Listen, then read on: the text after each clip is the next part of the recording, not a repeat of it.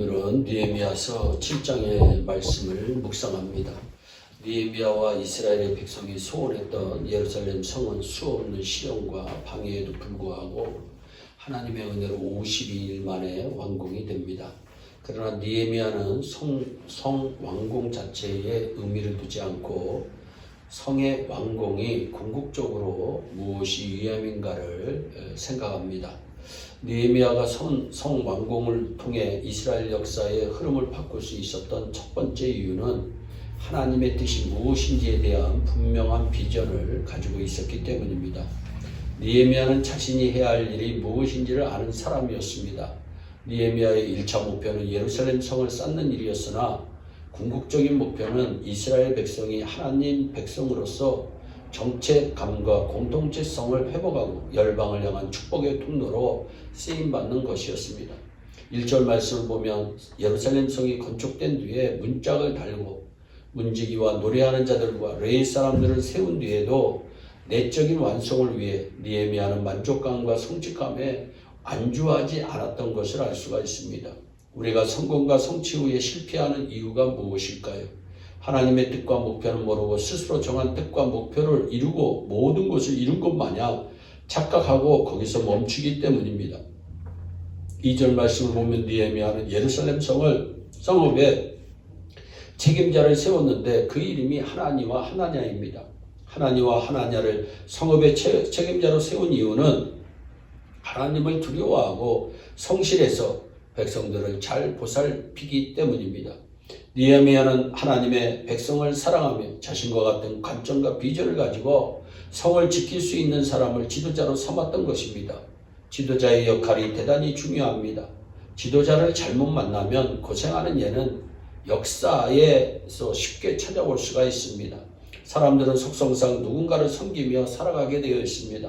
중요한 것은 내가 섬기는 대상이 하나님과 관계를 가까이 하게 하고 하나님 자녀답게 살도록 하느냐는 것입니다.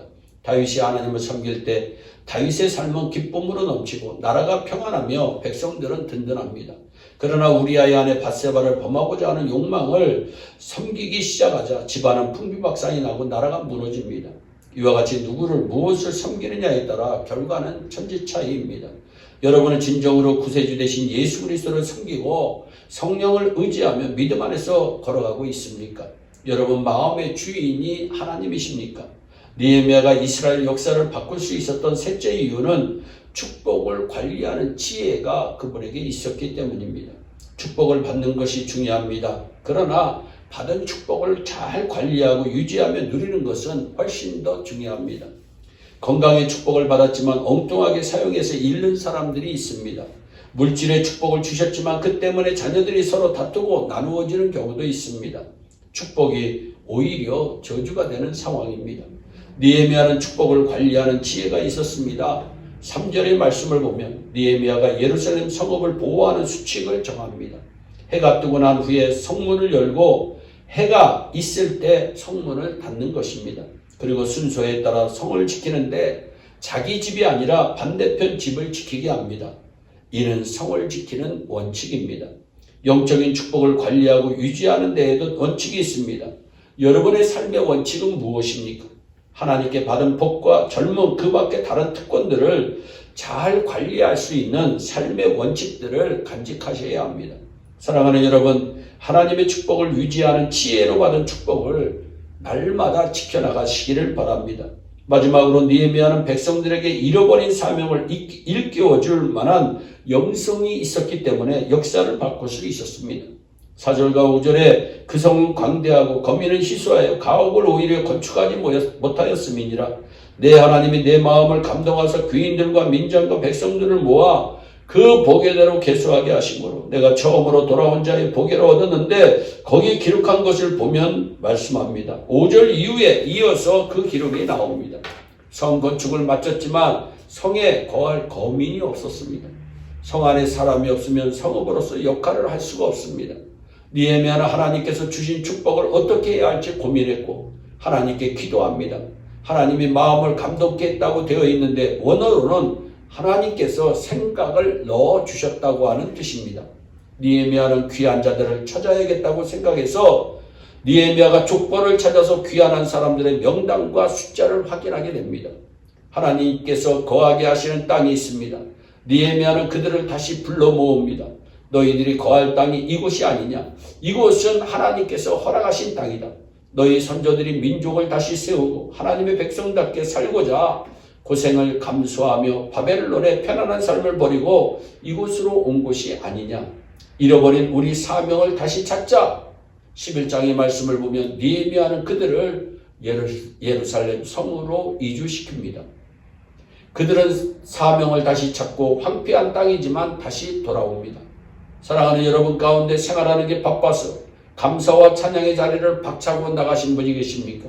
삶이 고달프다고 주님을 찬양하는 자리, 영광 돌리는 자리를 박차고 나갔습니까? 좀 더 편안하게 살고 좀 더 나은 생활을 유지하기 위해 하나님이 힘들어도 머물러 있던 자리를 떠나 있었다면 이제 이사하시기를 바랍니다. 돌아오시기를 바랍니다. 이제 이사할 준비를 합시다.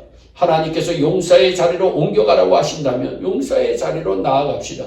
주님께서 헌신의 자리에 있기를 원하신다면 헌신의 자리로 나아갑시다. 그럴 때 우리는 메시아를 오게 하는 예루살렘 유다지파가 있던 그 자리에 머물게 되는 것입니다.